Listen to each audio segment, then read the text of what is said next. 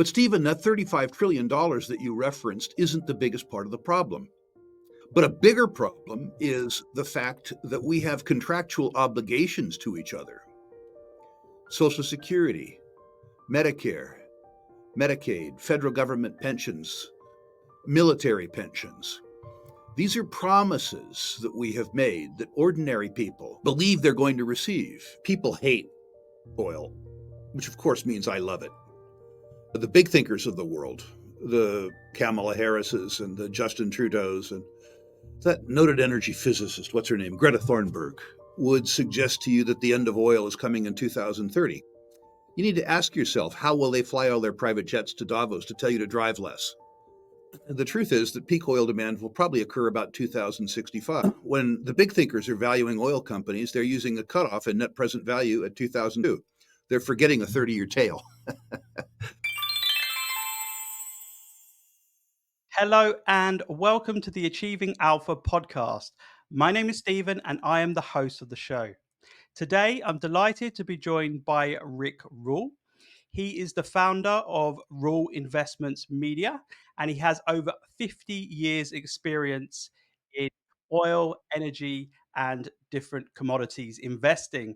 Welcome to the show for the very first time, Rick. How are you today? I'm fine, Stephen. Thank you for inviting me. Yeah. Thank you. It's really great to have you on. I've been following your work for many years, and I always enjoy your other interviews and all your points and your views on the market. So it's a real pleasure to have you on today. Pleasure's mine, sir. All right. So to get things started, as it's the very first time that I've interviewed you on this channel, I'm sure a lot of people know about you already, but for those who aren't quite familiar, could you please just provide a little bit of a background into you, some of your experience in investing, and a little bit about what you're doing now today in your current companies? 71 years of age, American by birth, attended the University of British Columbia in Canada in the early 1970s because it had the only degree program in the Western Hemisphere in natural resource finance, which is what I wanted to study and what I do today. My investment style was very much determined by an unpaid internship that I did with Peter Cundall, one of the great value investors of all times and a very important mentor to me. I achieved really pretty spectacular success through the decade of the 70s, not knowing much about anything, just getting in the way of a bull market. Unfortunately for me, I confused a bull market with brains, thought I was smarter than I was, and overstayed my welcome, going from being a very wealthy young man to having a net worth below zero in 1982. Stubbornly, didn't declare bankruptcy, was able to pay off all of my creditors, every dime, by 1986, which was a valuable lesson. I went from there into financial services, where ruefully I decided that the real transaction was that I traded the scar tissue I earned in the early 80s for fees and commissions helping other people. And I built a series of financial services businesses, one of which is now Sprott US Holdings. While I am no longer a Sprott officer, director, or employee, I am the largest shareholder of Sprott Inc., SII, on the New York Stock Exchange, one of the largest financial institutions in the world focused on natural resources and precious metals. Since retirement, I failed retirement. Since retirement, however, I have two vocations, one of which is Rule Media, which is really a for-profit educational platform around natural resource investing. And I'm also starting another bank, the seventh bank that I've been part of. This one called Battle Bank, a successor in interest to something called Everbank, which began on my living room floor many, many years ago, was taken public on the New York Stock Exchange, and was sold to TIAA-CREF. And I think that brings us up to today. I'm a natural resources and conventional financial services investor with an eye on value, a fundamental investor, not a momentum investor, and a determined contrarian, by the way. There's nothing that makes me happier in the markets than hate, fear, and disgust. Yeah. Well, congratulations on all of your success. It's really great that you showed some resilience during those hard times and then you obviously went on to become very successful. I wanted to ask you, because you did briefly mention that you did retire at some stage. What brought you back to working again? What gave you that energy and that positive feeling to start your own companies? I actually failed contemplating retirement. When I decided it was time for me to move on from Sprott, I sort of thought that what I would do is read and fish and maybe mentor and stuff like that. And I developed a very uneasy feeling within myself. And helped by my wife, I determined that working and accomplishment were an important part of my sense of self worth and also something that interested me a lot. And so it became clear to me, even before I formally retired, that I wasn't going to retire, that I was going to enter into a different chapter of working. Now, in fairness, I'm working more like 40-hour weeks now in retirement. And in my active employment, I was working much more like 60 or 70 hours. I've retired too from having lots of employees. I don't like all aspects of organizing other people's lives for them. And I am mostly divorced from regulatory and compliance proceedings. An important part of my life at Sprott was pretending to agree with securities regulators in the United States and Canada, which I found very taxing and demeaning. Yes. I think if you can strip away some of the things that you didn't enjoy earlier on in your career and you focus on what you enjoy doing, you never have to work a day in your life because you're doing really what you're enjoying. I hope everybody listening to this podcast listens to what you just said and takes it to heart. If you define working as a mildly unpleasant task that you do to sustain your material standard of living, I haven't had to work really since the early 1990s. I've enjoyed I say almost, every minute of it. And I'm enjoying today much more than I enjoyed 10 years ago. That's great. All right. I wanted to go on and talk a little bit more broader about the overall markets in the US. And I wanted to get an understanding from you and your viewpoint just on the overall snapshot of the macro picture at the moment. Macro picture's fairly confusing. I want to digress by telling your listeners that money is made mostly on the micro. uh, but the macro probably shapes how we deal with the micro. The US economy, given the incredible blunders of governments of both administrations, is really remarkably strong, but isn't strong for everyone. It's a credit driven market, partially, but it's still, too, a societally driven market. The United States, for all its faults, is still a society that allows a group of 5 or 6 pimply faced young teenagers to commandeer a garage in Sunnyvale, California, and out pops Google or out pops Apple. It's still a society that generates world leading companies, world leading technology formation, despite our best efforts to kill the goose that lays the golden eggs. On the other side, our economy is a credit driven economy. The 40 some odd years since 1982 that we have spent driving down interest rates to manipulated levels has fueled a credit expansion in the bond market, in the housing market, and I would argue in the equities market too. And so, in that sense, I would argue that some of the US economy is a false economy. And although I'm a libertarian, not a Democrat or a Republican, an unfair economy. It's an economy that works for people like me, people that have access to credit, and people that have the education and the knowledge to employ that credit.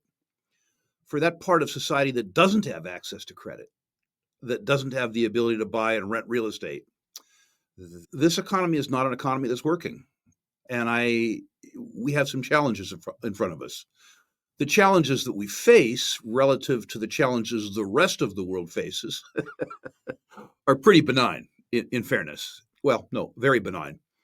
My friend Doug Casey describes the US dollar as an example as the worst currency in the world, with the sole exception of all of the others. And I think that's a fairly apt description. But lest Americans get too smug, Americans need to understand that the on balance sheet liabilities of their federal government alone are $35 trillion. And rather than getting smaller, that number gets a trillion dollars bigger every 100 days. The elephant in the room, though, that nobody talks about, especially old folks like me, is the net present value of unfunded federal liabilities, including things like Medicare, Medicaid, Social Security, government pensions, military pensions. That number, Stephen, is $100 trillion plus. And that number, according to the Congressional Budget Office, grows by about $4 trillion a year. These are big, big, big numbers. And I'm not really sure how we solve the problem. I do know that, I guess it was Hemingway, when he was asked how people go broke, he said, slowly at first, and then very, very rapidly. There will be a tipping point. There will be a Minsky moment when we are forced to deal with the on-balance sheet and on-balance sheet liabilities that we face as a society. My suspicion is, and this is the macro part that I hope your folks listen to, the last time we dealt with this, it was less severe. It was in the decade of the 1970s. And we dealt with it by inflating away the net present value of the obligation. We dealt with it specifically by, in 10 years, 1970 to 1980, reducing the purchasing power of the US dollar by about 85%.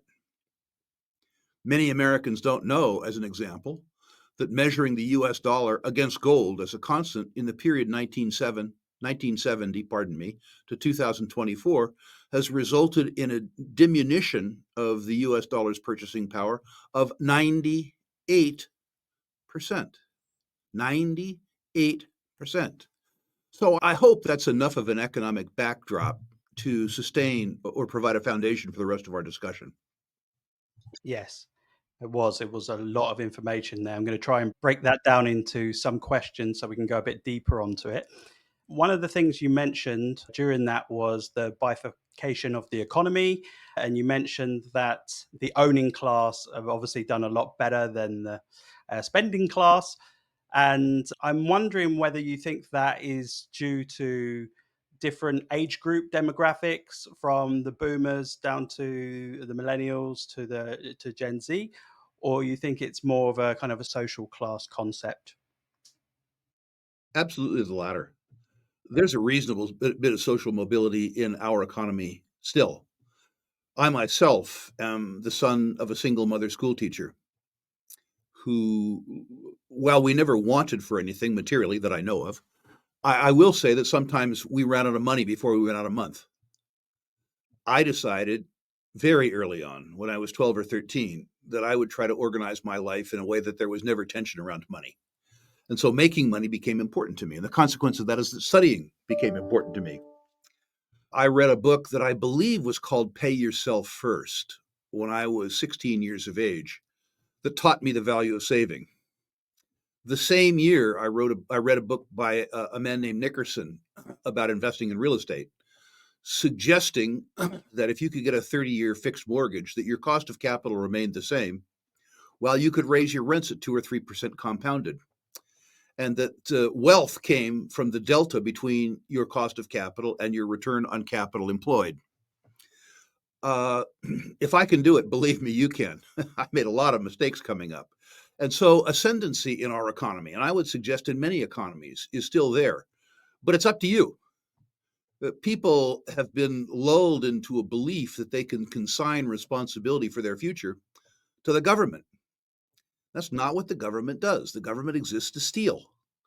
You have to do it despite government. You have to do it yourself. So I would suggest that there is very much an issue of sociology and class.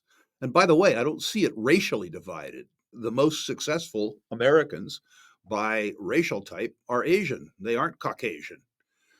And there are, with proper I guess the word would be attitudinal and educational precepts, there is lots of example of African American and Hispanic social mobility, but that mobility accrues to people who take control, either individually or with their family, of their own future. It doesn't, it is not a function of how people vote, or at least not a positive function of how the government acts. Yeah. And I think it's quite hard as well because we're in an economy where it encourages people to consume things and spend money rather than invest money. That's the person's fault. Yeah, they read this stuff, they watch TV, but those attitudes that are being fostered are as intelligent as Looney Tunes, the cartoons. This is silly. I learned in Pay Yourself First, before I was 16 years of age, that I had to save 10% of every scrap of income pre-tax. If I wanted a better pair of shoes, or these days, if I wanted a fancy coffee at some place like Starbucks, that's okay, provided that I saved first. If I needed to raid my savings to buy a consumer durable, say an automobile, I had to borrow the money from my savings, and I had to pay that money back to my savings at a 1% per month interest charge. If you budget by paying yourself first, by saving before you do anything else pre-tax, by doing as I did for the first 4 years as an independent human, which is to say, live in a group home where I rented a room in a home. And then when I had saved enough money for a down payment, buying a home, which in turn became a group home. In other words, if you live below your means, save rigorously and invest intelligently in this economy or in any other economy, you can emulate the richest man in Babylon. You can do well. Yeah. Well, this is an investor education podcast, so it's really great for the listeners to hear that from someone like you has experienced that before. So it's a great message to send to the viewers. Uh, the other thing I wanted to ask you as well is about the general state of the US economy and whether you think that we might be heading into a recession soon, and if so, how deep of a recession? I'm laughing because I'm not really an economist. I'm a credit analyst, actually. Being a credit analyst and being a libertarian in a Republican or Democratic world, I'm always cautious. No, I'm always afraid. So I would suggest that between Doug Casey and I, we have accurately forecasted at least 17 of the last three recessions. I like that. I'm always nervous, which is, it's probably a good thing. I have a difficult time believing that we aren't going to face a slowdown simply because slowdowns have occurred periodically throughout my career. I'll just say that. My fear is that a slowdown will generate a real retreat from confidence, and that the consequence of that would be a liquidity event circa 2008. I'm not saying it's going to occur, by the way. I'm saying that it's a contingency that in my own portfolio, I insure against. One insures against that, I would say, by erring on the side of quality in one's investments, and also by maintaining more liquidity than one would in other cases.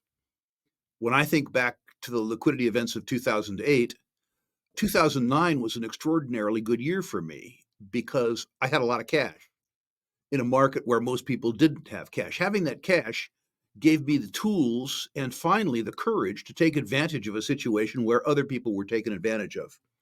In answer to your question, I don't know if there's going to be a recession. I think there's going to be a recession, but I don't listen to myself too carefully.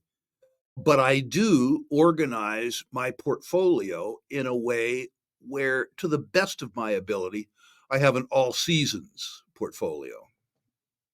Yeah, that makes a lot of sense. You've always got to be prepared for all different scenarios. And I've heard you in previous interviews mention your disdain of the CPI numbers. and the way that they're collected. Could you just explain a little bit why you don't believe in the CPI numbers and just explain the reasons why behind that? The CPI is a fabricated index. Fabricated in the sense that it's, quote, hedonistically adjusted. What that means is that the statisticians, rather than paying attention to how much money I spent on a computer or how much money I spent on rent, assign those items a qualitative reference and they adjust the input. I would suggest adjust it to suit them.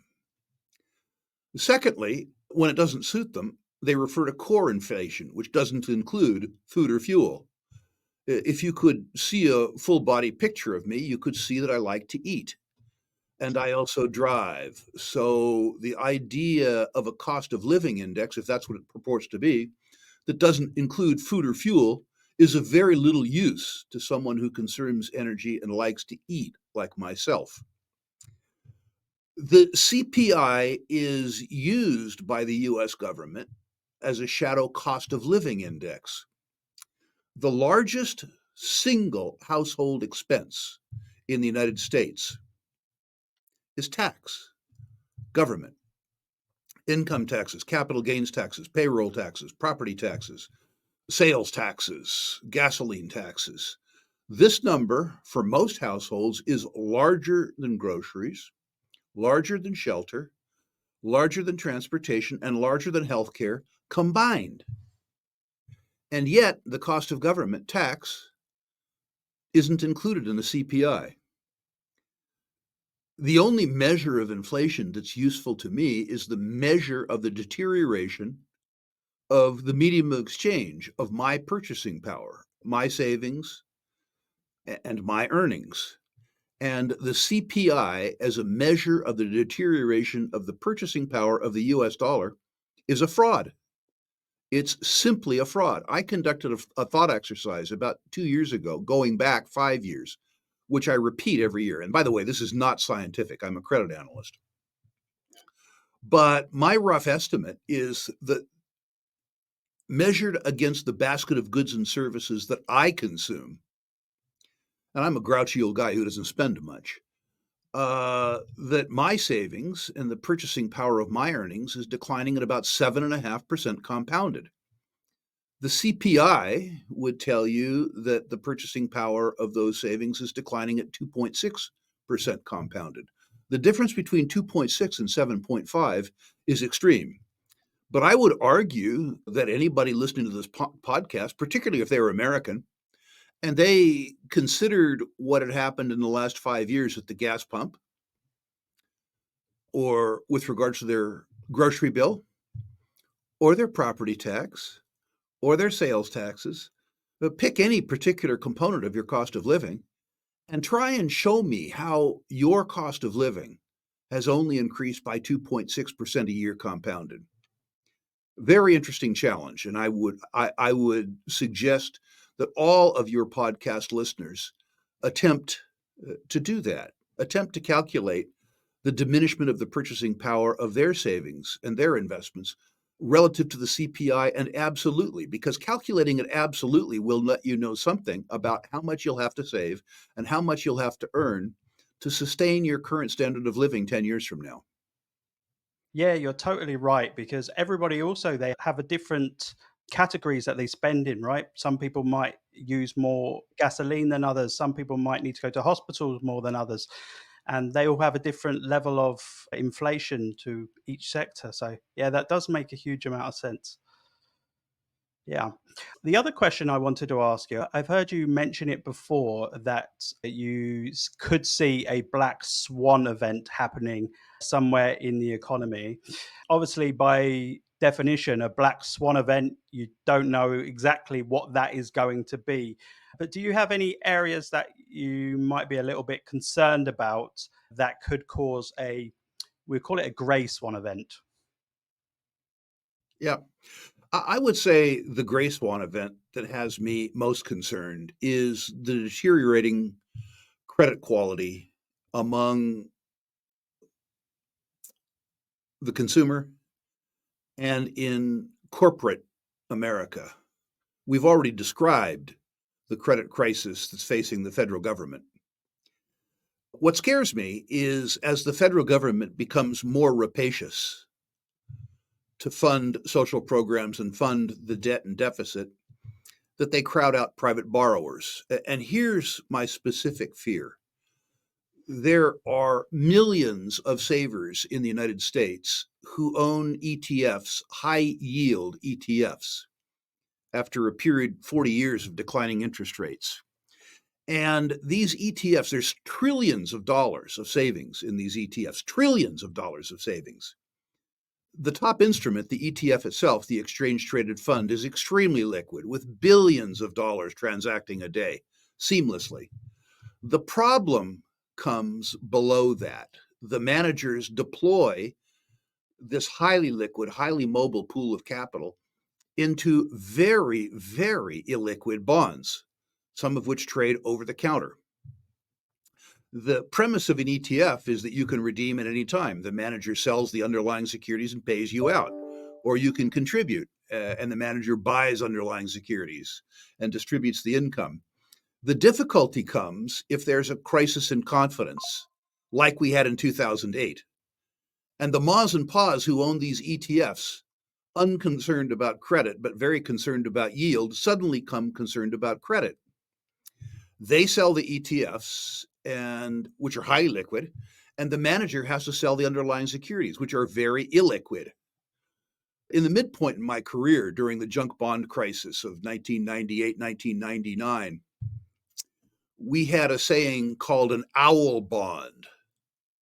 An owl bond is where the manager has to sell an illiquid bond. So calls up the broker and says, please sell this bond. And the broker says, to who? My nervousness is that they will be unable to sell the underlying securities in sufficient quantity to fund the redemptions.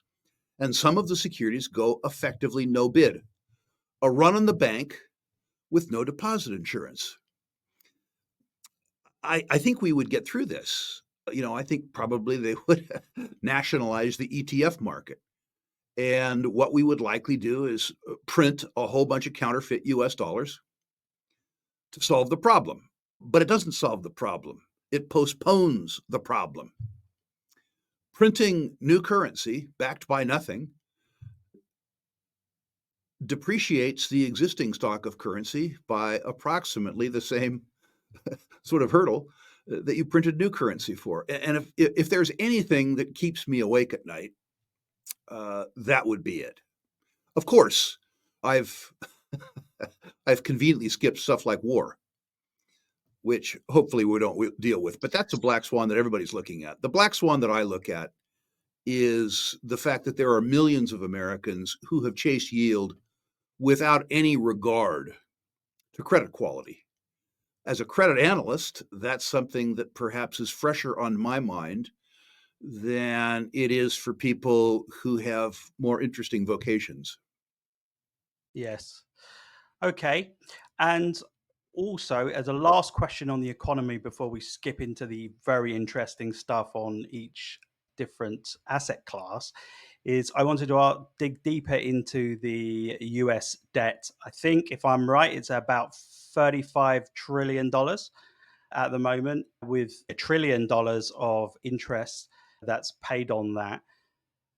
How sustainable is that in the long term? And how long could that mirage continue for? How long can you kick the can down the road? The second question is a question around psychology, and I'm not a psychologist. I can't even dress myself. So understanding popular culture is not my long suit. Arithmetically sustainable, not particularly long. It is true that as a borrower, the US government has very deep collateral. Me, I'm their collateral. I regard myself as a citizen. They regard me as chattel. They regard my assets as on loan to them. Pushed to its logical conclusion, however, the people who generate the wealth can be disincented to do so. It's important to note that the last time we had a liquidity crisis in the United States, and we solved it by printing in 2008, government debt as a percentage of GDP was less than 30%. Today, government debt on balance sheet as a percentage of GDP is closer to 115%, which is to say that while we are pushing on a string, there is much less string to push on.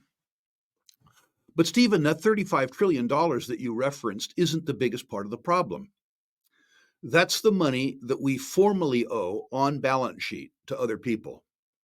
The big thinkers of the world will say that's not a problem because we owe it to ourselves. That's wrong. The spenders owe it to the savers. We don't owe it to ourselves. There's a certain group of people, often non-US, who have contributed to that, and there is another group of people, let's just say they're the problem. But a bigger problem is the fact that we have contractual obligations to each other. Social Security, Medicare, Medicaid, federal government pensions, the Environmental Trust Fund, military pensions. These are promises that we have made that people, ordinary people, are relying on and believe they're going to receive and believe that they have paid into. That number, the net present value, not the nominal liability, not the liability 15 years from now, the net present value of today's liability exceeds $100 trillion. People will try to defend parts of that in isolation. We can't cut Social Security. Okay, what will you cut? Where will you get the money? People depend on Medicare. Okay, got it. Where will you get the money? What else will you cut? Doesn't matter. Tax the billionaires. The net present value, the total net worth of America's billionaires, according to the Internal Revenue Service, is about $5.6 trillion. $5.6 trillion is less than the accreted deficit every year. In other words, if you add the on-balance sheet deficit with the entitlement deficit, every year we're adding to a deficit in an amount that's greater than the net worth, not the income of American billionaires. I am not saying this to cause your listeners to go run into the corner of the room and assume fetal position or buy dried food and ammunition. I am merely suggesting that one alter one's investing and savings patterns to reflect the fact that our current system, our current fiscal system, is unsustainable. Well, that's another nugget of wisdom for the listeners, because what they have to do really is not be too dependent on what the government is going to pay out for you in the future and expect it to be like it is now in the future. And it gives you more reason to save and more reason to invest in your own future and take responsibility for yourself. Absolutely. You don't need to panic. Panic is counterproductive, but you do need to act. People your age, Stephen, I realize you're not an American, but people your age have been swindled, and they're continuing to be swindled. My generation of Americans voted themselves all kinds of cool benefits. And whenever it amused us, we decided to impose our will on other people by a foreign war. While we voted ourselves all kinds of cool benefits, and while we spent between $7 and $9 trillion on wars, we forgot to pay for it. We're handing the bill to your generation. And I don't suspect that your generation is going to be able to simultaneously pay it and save either collectively or individually for their own future. That is something that will be left to the individual, not the collective. Your age, the arithmetic prohibits your age from relying on the collective. Prohibits. Yeah, that makes a lot of sense. It's actually quite a scary thought, but something that the generation is going to have to deal with. I wanted to move on now to different asset classes, and we've mentioned gold towards the start of this interview, but gold has done pretty well this year so far. I think it's up 22 or 23% from the last time I looked. Are you pretty bullish on gold in the kind of short to medium term? And do you consider gold more of a store of value rather than an investment? I have no opinion about gold in the short or immediate term. None. If we have a liquidity crisis, everything sells off, including gold, although gold comes back quicker. Remember that in a liquidity crisis, the sell decision isn't made by the investor, it's made by the margin clerk, and he or she is merciless. I would ask your listeners to take a slightly longer term perspective on gold. Maybe it's easier for me because I'm old.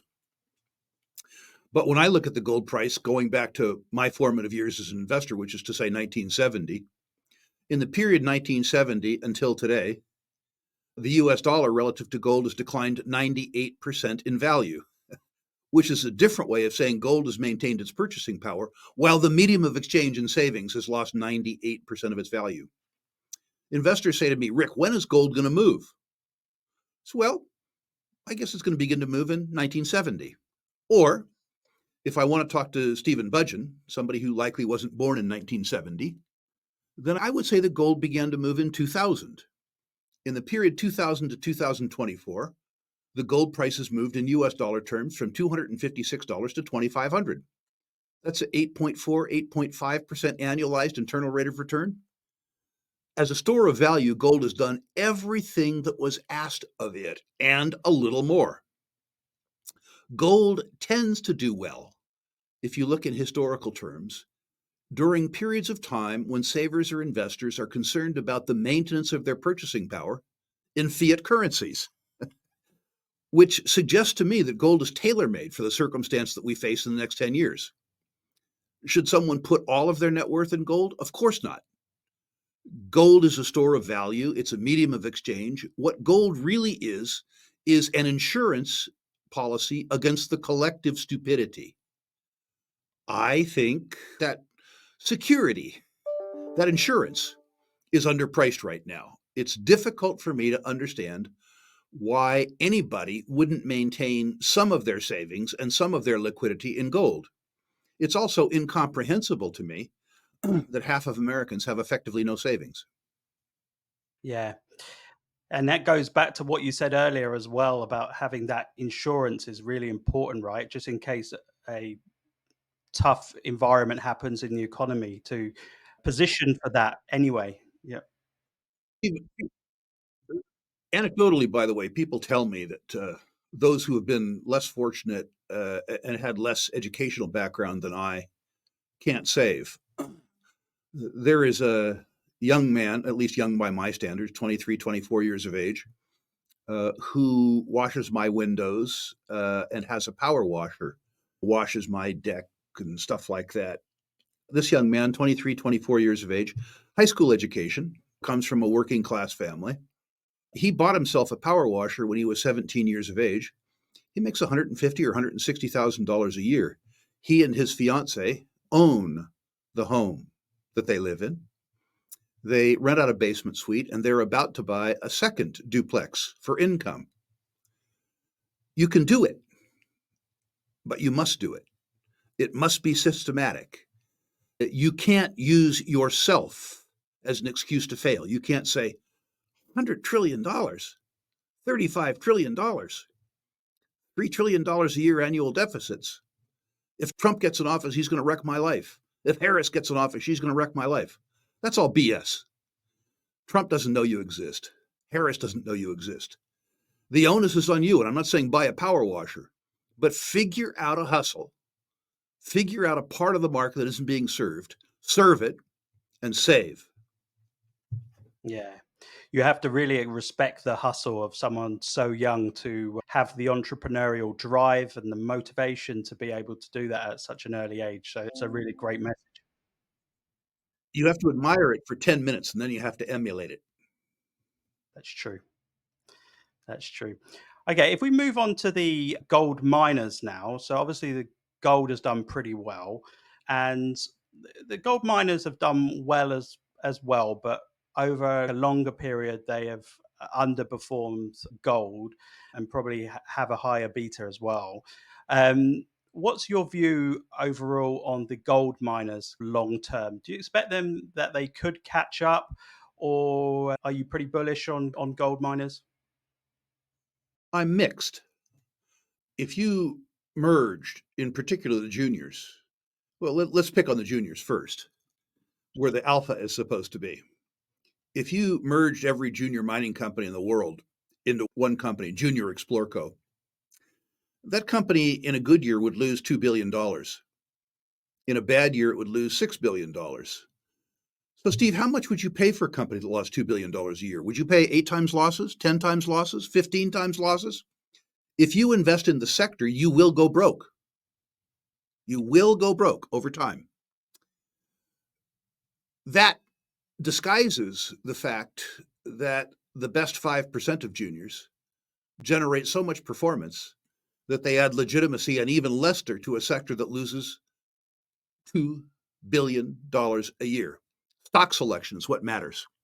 The same thing happens when you go upscale in the XAU. If you look at the XAU in the period 2000 to 2011, when the gold price increased very dramatically from $250 to $1,800 in 11 short years, the free cash flow on the XAU on a per share basis declined.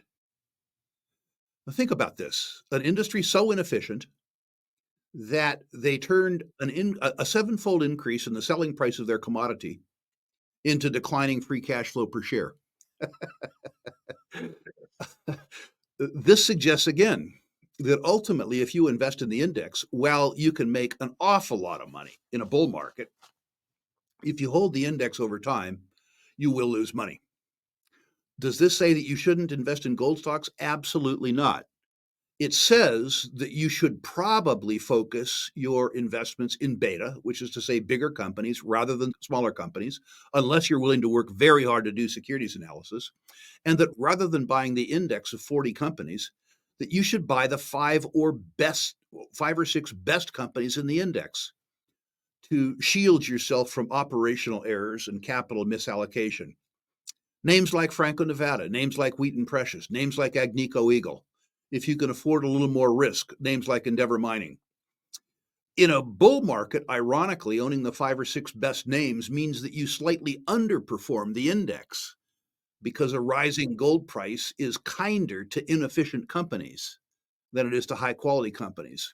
But underperforming an index that itself doubles or triples while taking away operational risk, in other words, making a trade where you give up a bit of your upside to protect 60 or 70% of your downside, becomes over time a very good trade.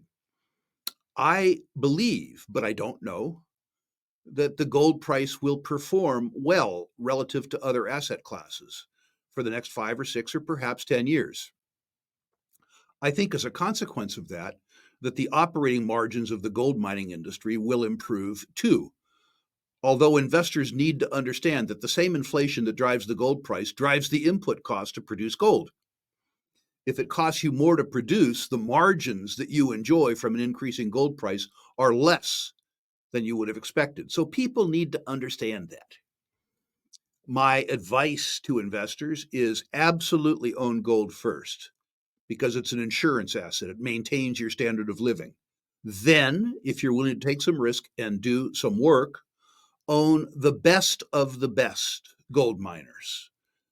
Lowest all-in sustaining costs, highest 10-year return on capital employed, best balance sheets, best income statements, best product pipeline before you own the index. Then, if you have money left over, you're willing to take some risk, you can afford to lose money if things are wrong, and you really, really, really want to work, come down into the juniors and chase alpha. All the money I now invest carefully, I made by speculating aggressively. But I worked very, very hard. I took very big chances. And as we talked about at the beginning of the interview, I went broke once. So don't do what I did unless you're prepared to suffer what I suffered. And you can size those positions on the more risky stuff smaller, right? As well. If you're taking more risk, you can size them smaller because potentially more upside, but obviously there's potentially more downside too. Steve, the most important way that you size it is by your work commitment. You may know that I've now graded in excess of 80,000 retail portfolios. Anybody who wants can go to my website, list their natural resource stocks. I'll rank them 1 to 10. I've learned a lot by ranking 80,000 portfolios. And one of the most important things I've learned is that most people own way more stocks than they can follow. I urge people, as a rule of thumb, to own the number of stocks that conforms to the hours per month that they want to spend studying the stocks.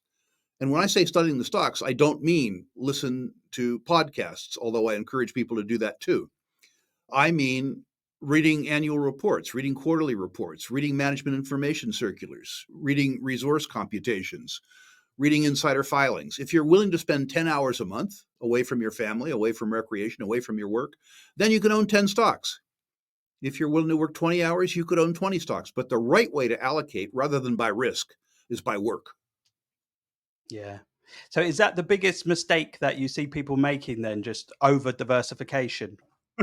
That's the second biggest risk. In natural resource-based businesses are extremely capital intensive and extremely cyclical. What that means is that to succeed in these businesses, you have to be a contrarian. You have to buy stuff that's out of favor and you have to sell it when it's in favor. People invest in natural resources according to a natural resources narrative, but they don't have the courage to employ the narrative until the price has already justified the narrative. When the price has justified the narrative is no longer valuable. This is silly stuff. But that's the way people invest. In the year, what would the year have been? 2018, uranium stocks got felony cheap again. Felony cheap. Uranium was selling for what, 12, 15 bucks a pound? The price had to go up. If the price of uranium didn't go up, the lights were going to go out. But nobody wanted to buy uranium when the price had to go up. When the price went from 15 or 20 bucks up to 100 bucks, everybody wanted to buy it. The price level at $100 justified the uranium narrative, but the price level had already stripped all the value from the narrative. And that's the way people invest. 5 or 6 years ago, there was a huge lithium craze. The price of lithium went up 7-fold. There was never a shortage of elemental lithium. There was a shortage of processing capacity necessary to convert rock or brine lithium into lithium chemicals. That bottleneck was addressed by capital expenditure over 6 or 7 years, and the price of lithium fell by 80%. Everybody wanted to buy lithium when the price didn't go up. Now that the price is coming down, mark my words, in a year and a half, lithium will be a 4-letter word for speculators. Precisely the time when they ought to be re-entering the market, they'll be selling their remaining lithium shares in disgust. That's the way markets work. And to be a success in markets, you have to be a contrarian. In resources, if you are not a contrarian, you will be a victim. Okay, so let's talk about contrarianism then. So if we pick up those two assets that you were just talking about, start off with lithium actually. And I know lithium has performed particularly bad this year. Palladium, platinum has also not done that great this year. Considering sentiment is in the dirt at the moment, is that a good time for people to start to pick up these type of resources when the sentiment's really low? Well, I'm starting to study the lithium market very, very, very hard. Or rather, I'm starting to study the lithium companies. I believe that the oversupply in lithium that we're enjoying, if that's the right phrase, lasts another couple of years. And I believe that a lot of projects that were funded at much higher lithium prices will become stranded. I believe that we will be able to buy lithium deposits that have had $200 or $300 million spent on them in bankruptcy for $5 million, $6 million, $7 million in 2026, 2027, the same way that we were able to buy silver deposits in 1990 that had $100 million spent on for $3 million. We had enormous overinvestment in lithium, and we will be able to buy assets that are uneconomic at the lithium price that will exist in 2026. And that price will rebound because demand for lithium is growing. And I'm just guessing on 2026, but I think the period 2026 will probably evidence maximum hate. It'll probably take till 2028, 2029 for supply and demand to balance itself out. In other words, for markets to work. We're starting to see right now declines in lithium production. The declines in lithium production are the first signs that markets are working. The real signs that markets are working, however, will be the retitle of lithium companies from lithium to whatever the flavor of the moment is then, going from XYZ lithium to XYZ artificial intelligence or XYZ some other fad. And then there will be a 2-year bottoming period.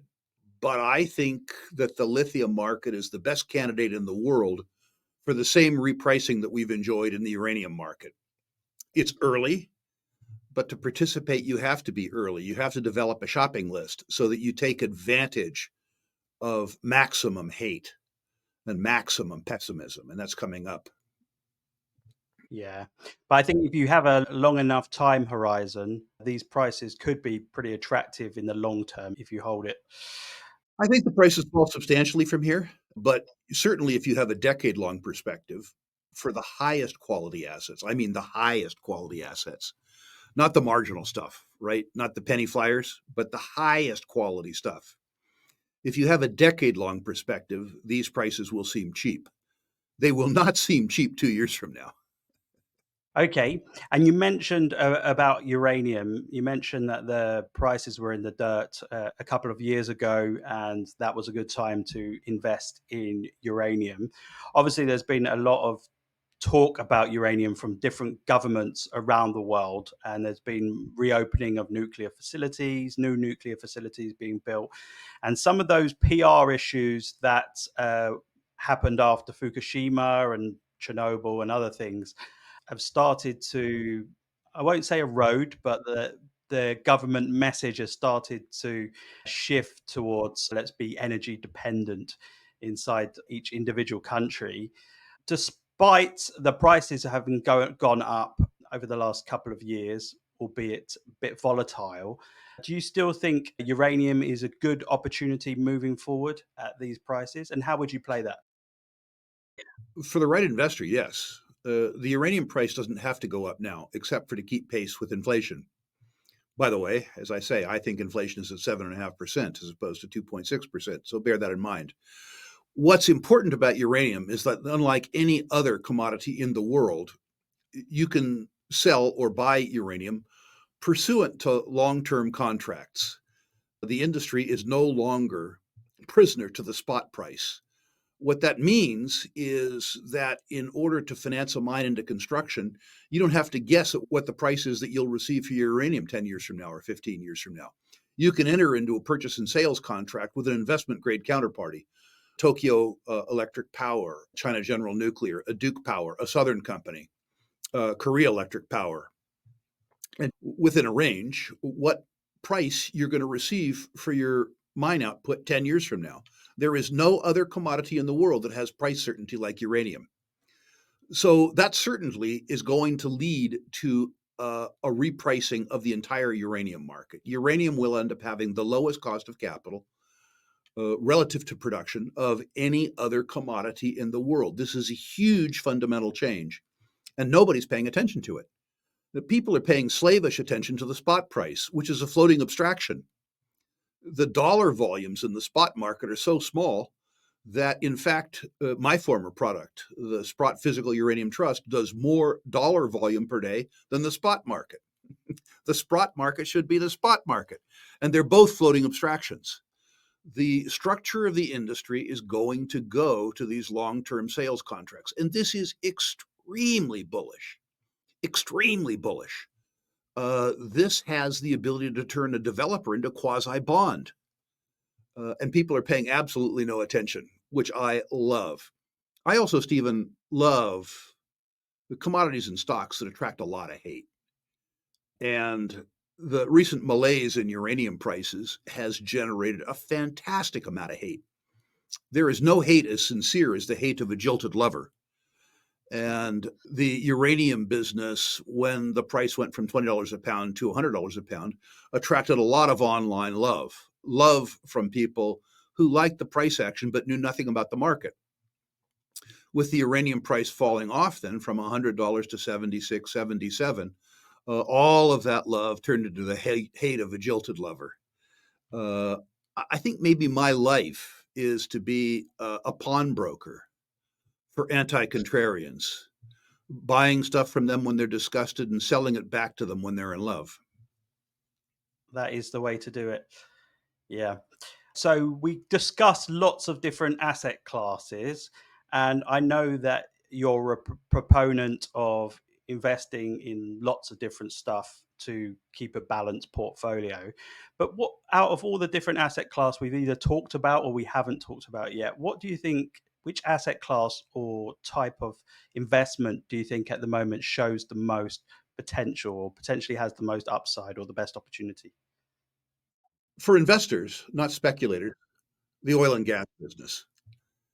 Oil and gas business. People hate oil, which of course means I love it. The big thinkers of the world, the Kamala Harrises and the Justin Trudeaus and that noted energy physicist, what's her name, Greta Thunberg, would suggest to you that the end of oil is coming in 2030. You need to ask yourself, how will they fly all their private jets to Davos to tell you to drive less? The truth is that peak oil demand will probably occur about 2065. When the big thinkers are valuing oil companies, they're using a cutoff in net present value at 2032. They're forgetting a 30-year tail. Because of this, oil companies, particularly state-owned oil companies around the world, are deferring sustaining capital investments, which impairs their ability to produce 2 or 3 years from now. It's a capital-intensive business. You don't maintain your sustaining capital investments, you don't maintain your production. That means that companies that are making sustaining capital investments that can continue to generate the free cash flows that they're generating now, which, by the way, are the highest non-inflation adjusted free cash flows that have ever exhibited, will continue to do so. So for investors investing in oil and gas, people say, well, what about the future? What about alternative energies? Won't that replace oil? Arithmetic. We have, in 40 years, invested $5 trillion in alternative energies. I'm not against alternative energies. We've invested $5 trillion in alternative energies, and we've reduced the market share of hydrocarbons from a high of 82% in 1982 to a low of 81% in 2024. A $5 trillion investment has reduced the market share of fossil fuels by 1%. Yes, the market has grown. That's precisely my point. Oil companies and coal companies are priced as though demand for those products ends in 2030. Demand for those products will continue to grow for the rest of my natural life and most of yours. Yeah. So do you have the same advice as you said for the gold miners with oil companies? To begin with, buy the best. I mean, for many people, people of modest means, buy ExxonMobil, call it a day. Wonderful capital allocators, maintaining sustaining capital investments while rewarding shareholders with dividends and buybacks. If you can afford to be a little aggressive, probably the best energy arbitrage in the world is the difference between US and Canadian natural gas prices and prices for that same natural gas in Seoul and Shanghai and Tokyo and Frankfurt. The price for liquefied natural gas on a global basis is about $8 per million BTU.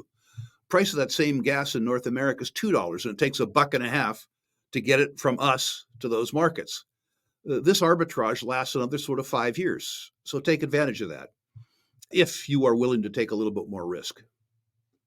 Okay. All right. That sounds excellent. And Rick, just before we end today, could you let the viewers know how they can find out a little bit more about you and find out more about the companies that you run? Absolutely. If you've liked what I had to say about natural resources and you'd like to personalize it, go to my website, ruleinvestmentmedia.com, all one word. List your natural resource stocks. By the way, no pot stocks, no tech stocks, no crypto. I will personally rank the stocks 1 to 10, 1 being best, 10 being worst, and I'll comment on individual issues if I think my comments might have value to you. Once again, ruleinvestmentmedia.com, list your natural resource stocks, I'll rank them. By the way, my rankings are snapshots in time. If something changes with a company, my ratings change, and you won't be notified. So don't think of this as timeless information. Think of it as a scorecard where you are right now. No obligation, no charge. ruleinvestmentmedia.com. Thanks, Rick. I've really enjoyed the discussion today. We've got through a lot of different areas. To be honest with you, I could talk with you for hours and hours and hours on different subjects, but we'll have to leave those for another episode. Hopefully, you can come back and join me again sometime in the future. If your readers and listeners have enjoyed this, I promise I'll be back. All right. Thank you very much, Rick. I'll leave all the details, how people can reach you, in the description below.